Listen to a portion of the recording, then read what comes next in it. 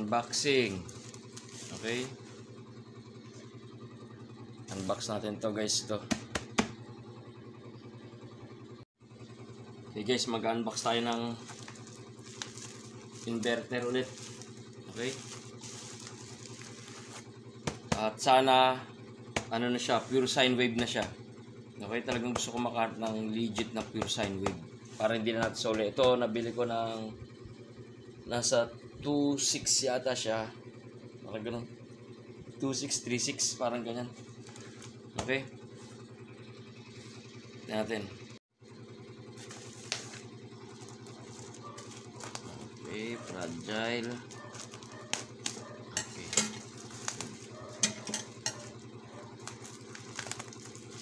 Ito, binibidyo ko na rin para proof kay seller tsaka kay Shopee kung pure sine wave o hindi. Okay. Pero yung nakikita ko sa mga video, sa mga vlog, sabi daw pure sine wave daw. Okay. Benefit of the doubt. Tingnan natin kung pure sine wave talaga.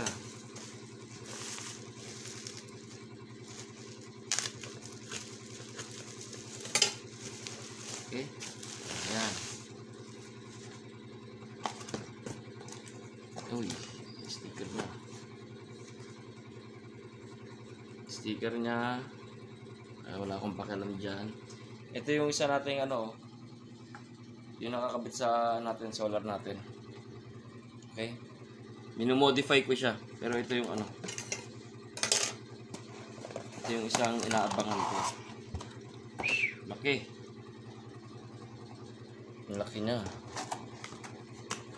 Oh. Okay. Ang laki niya.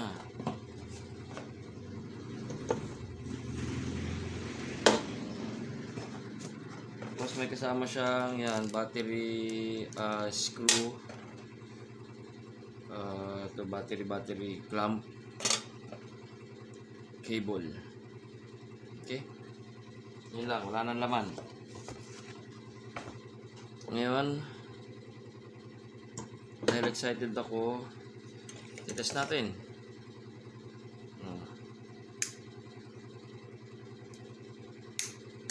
Sana pure sine wave. Okay. Positive, negative lang naman yan.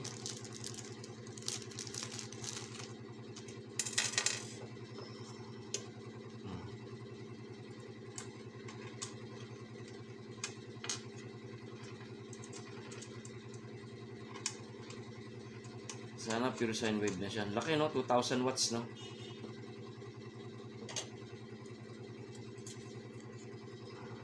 Okay.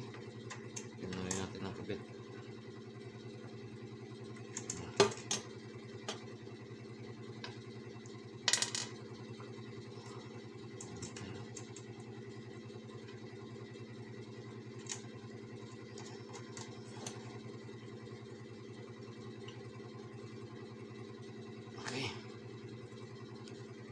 Kabit na.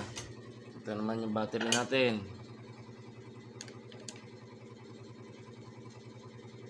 Okay. Positive. Yan. Kamali tayo. Magmadali. Okay. Negative. Doon. Ito negative.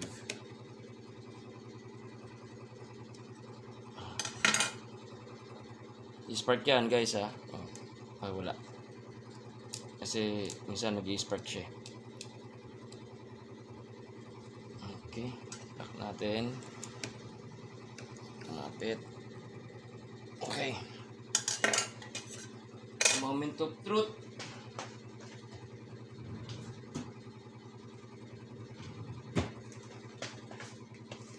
Okay, tester natin guys, oscilloscope.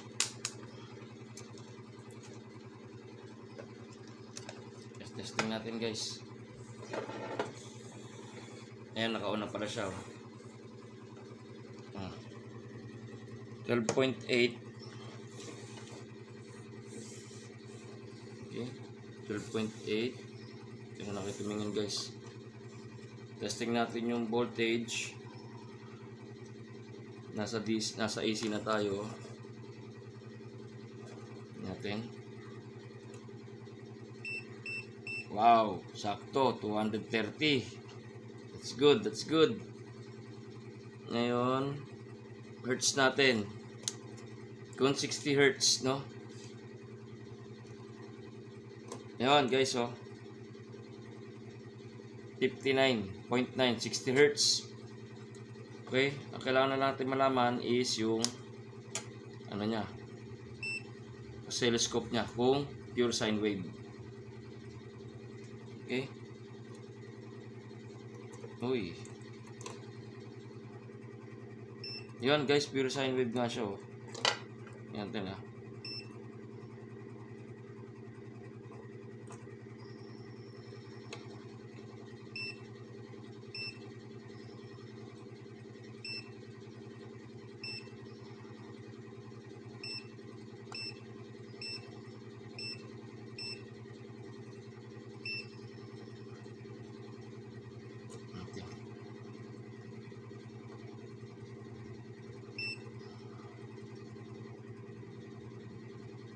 Range natin yan guys.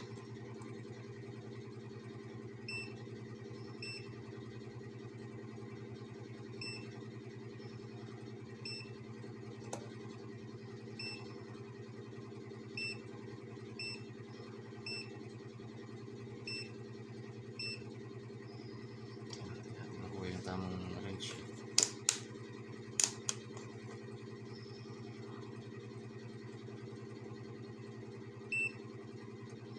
Okay.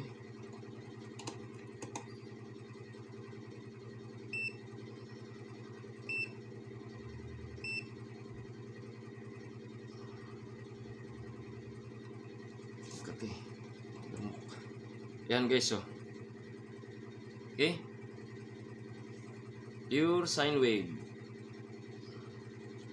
Okay. Yan yun guys, oh. Pure sine wave guys. Congrats. Okay guys, finally nakahanap tayo ng pure sine wave na inverter. Okay? Ano bang ibig sabihin nun guys pagka pure sine wave? Ibig sabihin, safe siyang gamitin sa mga washing machine, sa aircon, sa mga motor, compressor, ganun. Okay, so satisfied ako. Kasi yan ang lalagay natin guys doon sa ano sa solar natin eh. Although pwede naman tong yan, yung ginagamit natin dati, minumodified ko nga siya eh. So gusto kong gawin siyang pure sine wave. Paano? Hindi ko alam. Pag-aaralan ko. Babaklasin ko to. Itong bago na to. Babaklasin ko. Titignan ko yung components niya.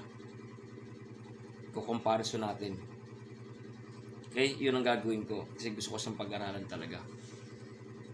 So ngayon, test natin sa ibang bagay. At least okay na siya. May 200 ano naman siya, volts. 230, no?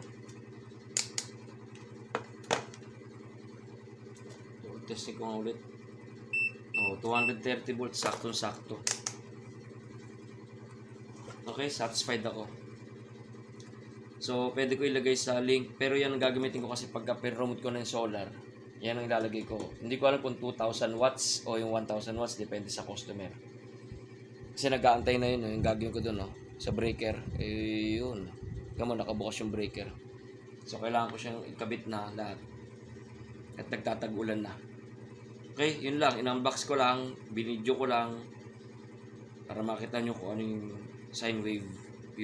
Pure sine wave. So, legit to guys. Legit. Okay, salamat. Maraming salamat. Peace out.